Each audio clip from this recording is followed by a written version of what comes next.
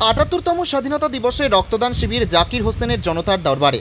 জঙ্গিপুরের বিধায়ক জাকির হোসেনের জনতার দরবারে এদিন ৩৫০ জনেরও বেশি রক্তদাতা রক্তদান করবেন বলে জানিয়েছেন জঙ্গিপুরের বিধায়ক জাকির হোসেন।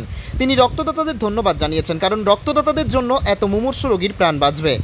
জাকির হোসেনের এই মহতী উদ্যোগকে সাধুবাদ জানিয়েছেন সকল এলাকাবাসী। জঙ্গিপুর থেকে তরিকুল শেখের রিপোর্ট, জঙ্গিপুর টিভি। রক্তদান মহাদান মাননীয় মুখ্যমন্ত্রী বাংলার নেত্রী আমরাকে বলে মানুষের পাশে থাকতে। তাই আমরা আজকে রক্তদান আমাদের পার্টির পক্ষ থেকে হয়েছে। 15 আগস্ট আজকে স্বাধীনতা দিন, ৭৮তম স্বাধীনতা দিনের দিন।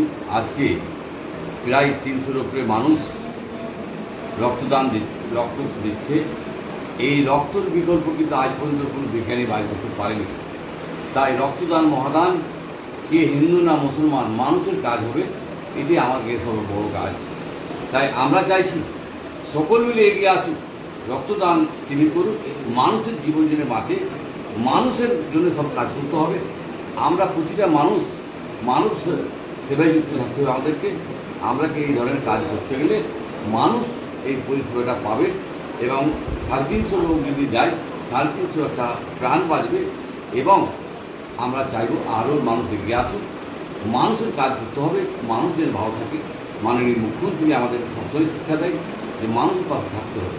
তাই আমরা মানুষের জন্য রক্তদান মহাদান এই দানটাকে যারা দিয়েছে তাদেরকে ধন্যবাদ জানাচ্ছি। দাদা, 1 বোতল রক্তদান মানে 3 জনের প্রাণ বাঁচে, সেখানে 350 রক্তদান মানে 1050। ডাক্তাররা ডিসাইড করবে, করে 1 বোতল লাগে, করে হাফ বোতল লাগে, সেটা ডাক্তাররা ডিসাইড করবে। এতে 1000 লোকেরও প্রাণ বাঁচতে পারে, 1200 লোকেরও বাঁচতে পারে, 700 লোকেরও বাঁচতে পারে, 400 লোকেরও বাঁচতে পারে। এই বাঁচাটা একটা মানুষকে একটা মানুষ রক্ত ডোনেট ধরে বাঁচতে পারে। তাই আমরা যারা দিলে ডোনার তারাকে আমরা ধন্যবাদ জানাচ্ছি, কেন তারা মহান, যে রক্ত আজ দিয়েছে। আমরা হয়তো শিবির করেছি, তাদের রক্তটা দিয়েছে, তাদেরকে আমরা ধন্যবাদ জানাচ্ছি। মাননীয় মুখ্যমন্ত্রীর উদ্যোগে 15ই আগস্ট আজকে খুব ভালো দিন, দেশ স্বাধীন হয়েছিল। আমরা রক্ত দিয়ে দেশ স্বাধীন করেছিলাম, আজকে রক্ত ডোনেট করে মানুষের প্রাণ বাঁচিয়ে